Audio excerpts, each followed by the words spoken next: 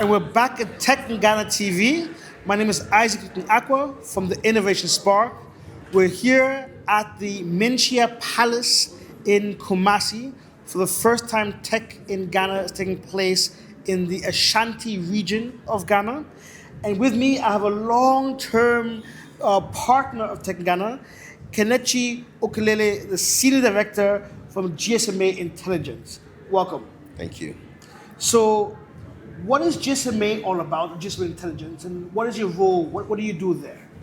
Yeah, so GSMA is the industry association that represents mobile operators globally. So we have about 750 plus mobile operators that are members of the GSMA. So we represent them, before governments and different forums, supporting, their initiatives. Now within GSMA, I sit in the GSMA Intelligence team, which is the research arm of the GSMA. So it's my team that produce the industry data that we see from the GSMA. And we also produce a lot of reports on a variety of topics across the entire mobile and digital ecosystem. Amazing. So some of the heart of where information is being created. Just for the listeners, when you say operators, mobile operators, Yeah. what type of companies are you talking about, especially in the Ghana context? Yeah, so in the Ghana context, you've got your MTN, Telecel, and AT. Okay, So all these mobile money, GSM, telecom companies, are all members of your association. they are members of the And you have GSMA. 700 around the world. Yes, around the world. Wow, so you're really sitting with the big players globally. Amazing. Yeah. You've been a partner of Tech in Ghana over the years, both in London and in the Ghana edition, usually in Accra. How's that journey been? What's been some interesting stories there? Yeah, it's been an interesting journey. I would say, I still remember my first event back in 2017. So you were there at the beginning. Yes, back in 2017. And, early days, new event.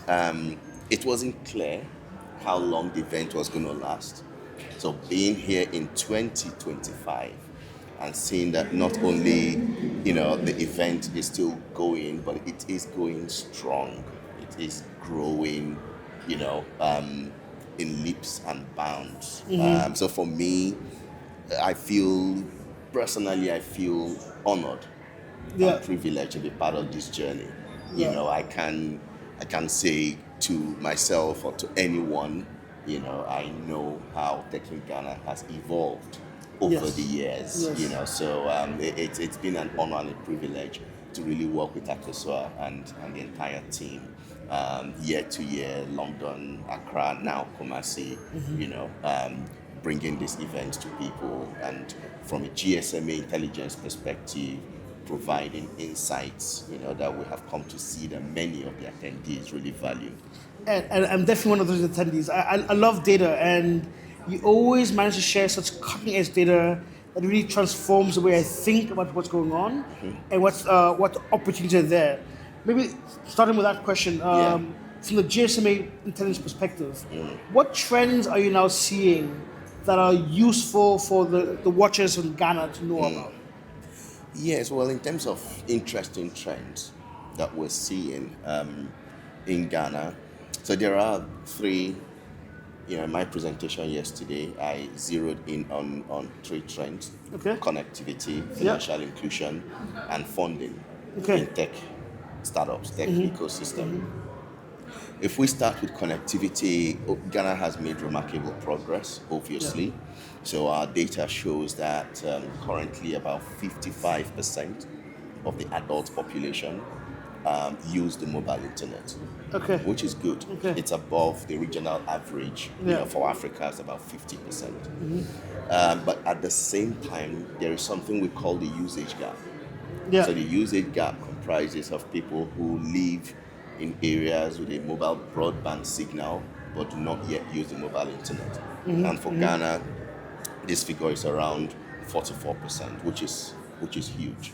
Okay, so there is a gap there, but let's not lose sight of the fact that a lot of progress has been made. But when it comes to financial inclusion, Ghana has done tremendously well. Ghana is a regional leader in terms of financial inclusion. So the World Bank, Amazing. the World Bank published their latest World Bank Fintech report in September this year. Yes. And that report showed that financial inclusion in Ghana, adults 15 years and over that have a financial account, about 81.2%. Amazing. That's second Amazing. only to Kenya.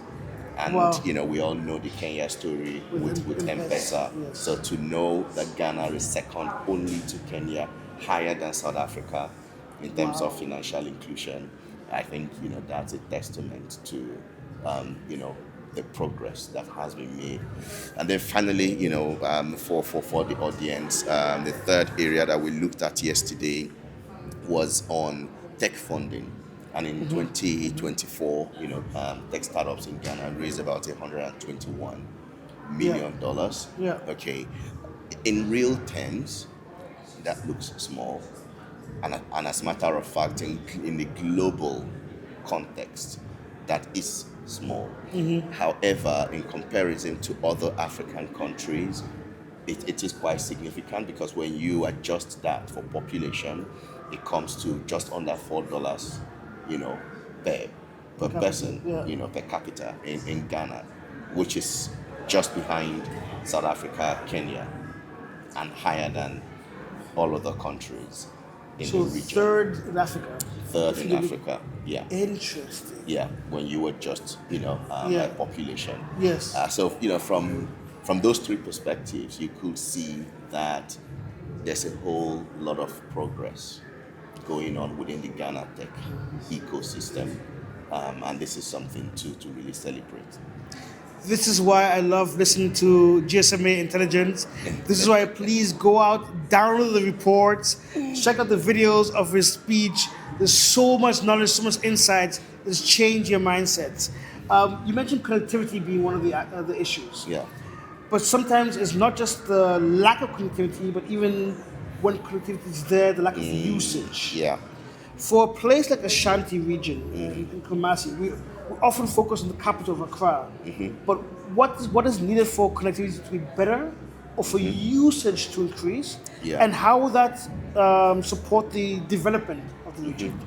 Yeah, it's an interesting question, because I talked about the usage gap, and most people that fall within the usage gap live outside of the main cities. Yeah. Okay, so if we take Accra as the main city, we could see that quite a significant chunk of that usage gap is probably here in Kumasi. Okay, and then third and fourth cities, so on, and then as you go into rural areas, the gap becomes a lot wider. Yeah. There are many reasons why we have that issue of usage, but there are two that really stand out, not just in Ghana, but across Africa. The first is smartphone affordability. Smartphones are expensive. For some countries, the figures are just unbelievable, but I'll give you the figures for Ghana. So general population, an entry-level smartphone costs on average around 27% of monthly income. But when you take the poorest 40% of Ghana's population, that figure rises to 76% of monthly income. So if you think of someone who has to spend 76% of their income to buy an entry-level device when they've got other needs to meet, family, food, rent, transport, healthcare, transport, you name it. So you can see, that owning a smartphone falls way down the priority list. Yeah. So that is one big factor, holding back usage. The second is digital literacy. Okay, we can't overstress that point, because for you find your smartphone valuable because you can use it. You're digitally literate. Yes. So there's a high perception of value, of that device to you. But for someone who is less digitally literate and either doesn't know how to use the device beyond making a call, okay, or only knows how to go on YouTube or Facebook, right? That device is less valuable to them. And so they can very easily switch to a 2G phone, or a basic phone, because all they use their smartphone to do is exactly what they use the basic phone to do, right? With improvement in digital literacy, then that device becomes more valuable to those end users, and then we begin to see the usage that we talked about. And I guess then they'll begin to try to save to afford it. Indeed. To see the value of it. Indeed. I really wonder if there's any financing that the telecom operators could have to help fund smartphones. Yes. So we recently at GSMA launched a report on smartphone affordability in Africa. It's a really interesting report. So, Another go one out to there, download, please. look for that report. The title is Accelerating Smartphone Adoption in Africa. It's a major report, and I'm really, privileged to have worked on that report. Now, in that report, we identified several ways to accelerate smartphone adoption in Africa, and one of them is financing. Okay. Like you said, we did a deep dive on 8 countries, and we looked at the financing landscape. In Ghana, just last year, MTN, partnered with Access Bank to launch a smartphone financing scheme. So we now have smartphone financing in Ghana. Now that is, a very positive step. And the expectation is that, this is going to help to improve the affordability, because you're now looking at, people don't, especially the poorest in the society, don't have to pay a huge upfront cost to own a device. They can pay in small installments, and that could make a lot of difference to them. And then once they have a phone, they'll be buying data, they'll be buying airtime, so it also helps. Yeah. Interesting. So I want to switch topic to the youth. Yeah. I mean, you know the numbers better than me, but I think something like 50% of our population is under 25. Yeah. The youth are trying to be very innovative. What role does mobile technology have in supporting the youth in building the innovations and helping startups in Ghana? Yeah, so we live in a digital world today. People rely on digital services for so many different things.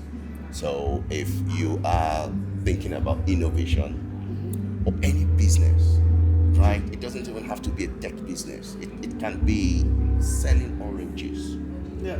You can use connectivity to improve that business. Yeah. Right? Anything you think about, digital technologies can have a positive impact on it. So from that perspective, for the youth, for those who want to be entrepreneurs, you don't have to be a techie. All you just need is to get yourself connected with a smartphone, and there will be lots of ways that can help improve your business and overall livelihood. It can actually be, learning alone. Okay.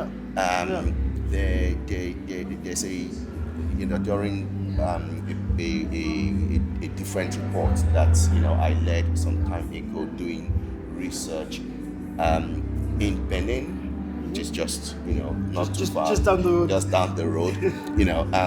There is a lady who, from watching YouTube videos, learning from YouTube videos, she's been able to build a textile empire. Amazing. Just by watching YouTube videos. So at the very least, you can use connectivity to learn. But beyond that, if you've got the technical skills to build solutions that solve the problem within your locality. Yesterday, someone was kind enough to take me to the main market here in Kumasi to buy some more kente. And it looks amazing. And on the drive there in the taxi, we're like, look, there are so many things going on, so many you look, there are so many inefficiencies in the way society operates that digital solutions can help address. And so for the youth, for the innovators, this is like a playground to develop solutions to address those issues. And when those solutions begin to address those issues, that is value for the locals who will then see that, oh, this particular solution addresses XYZ issue we face here in Kumasi, and I need a smartphone to be able to use this solution, then they will invest in it. No, beautiful. I recently spoke at the UN Economic Commission for Africa on digital trade. And we take it for granted about how digital trade or freelancing, yes, you need your skill, your product, but you're dependent on connectivity. And it's now like a Maslow's hierarchy of needs. Internet and connectivity is the base of the pyramid. All right. So just to wrap up, in your opinion, what are some of the biggest opportunities in Ghana in the digital ecosystem in the next 2 or 3 years? In the next 2 or 3 years, so we can't overlook the fact that 5G is coming. Okay. I think, that is still the biggest question mark in Ghana's tech landscape, especially when you consider the fact that around 30 other countries in Africa have launched commercial 5G services. So commercial, I mean, you can go into a shop and buy a 5G SIM and use 5G. So Ghana has a 4G, 5G shared network that's been launched by the government, but it's still held up by a few issues. But the expectation is that very soon the government will resolve those issues, and once those issues are resolved and 5G finally comes into Ghana on a commercial basis, that could have a significant impact on the tech ecosystem. Because you're now going to see innovations that are now being built to leverage that connectivity. You're now going to see users who maybe through 5G fixed wireless access now have faster connectivity at home, which means that they will now be able to consume certain digital services that they currently aren't consuming. 5G is going to be a big enabler of enterprise solutions, given the low latency, high bandwidth nature of the technology. So businesses, companies are going to benefit tremendously from it. So I would say, over the next 2 to 3 years, I definitely expect 5G to have fully come into Ghana. And I expect that, to have a tremendous impact on the tech landscape. So if we're having this conversation in 3 years' time, we'll be talking about the impact of 5G in Ghana.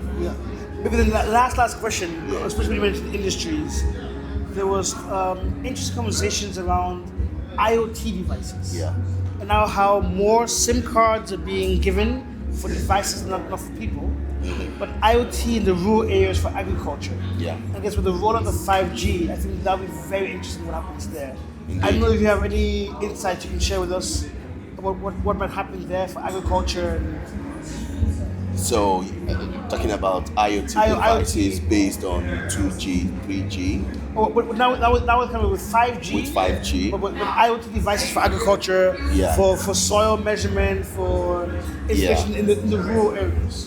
So agriculture is one of the sectors that we have seen in other markets that 5G is having a significant impact on, whether it's precision farming, and so many other different use cases and applications that we're seeing. Which is why I said, once that technology becomes available, right, it's going to spark innovation. And one of those innovations would be around IoT. So if we think we have seen innovation in agriculture with what Farmerline and a few others have done. Well, wait until 5G arrives. Amazing. You know, You heard it here first. Wait until 5G arrives. That's going to transform a whole lot of business models and business processes. And ultimately, there are two things that we should expect to see from it: efficiency and productivity. Yeah.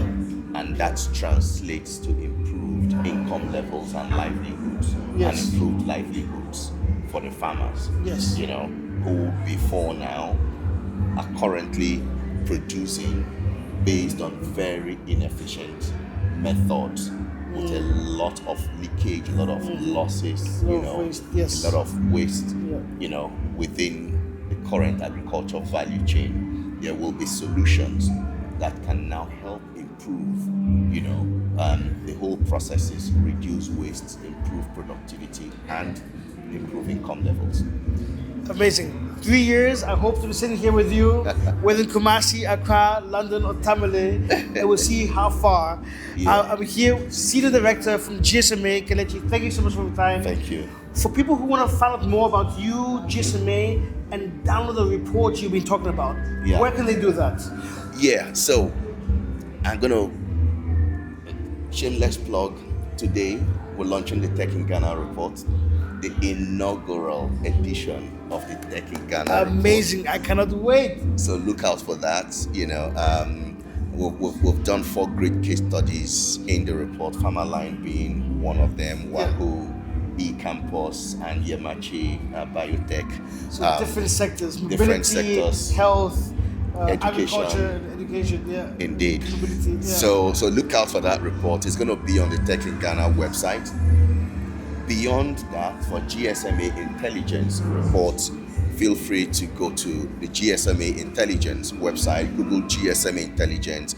You'll see our website, register there, and you'll be able to access a number of our free reports. We've got some reports behind the paywall, but most of our reports are free to access, including our reports covering topics here in Africa. And feel free to connect with me on LinkedIn. Kenechi Okeleke is my name. And happy to interact with the audience going forward. It's a pleasure. Thank you for your years of partnership with Tech in Ghana. Thank you. Looking for the next 15 years to be a part. This is Tech in Ghana, live from Manhyia Palace, Jubilee Hall in Kumasi. Stay tuned, more is coming.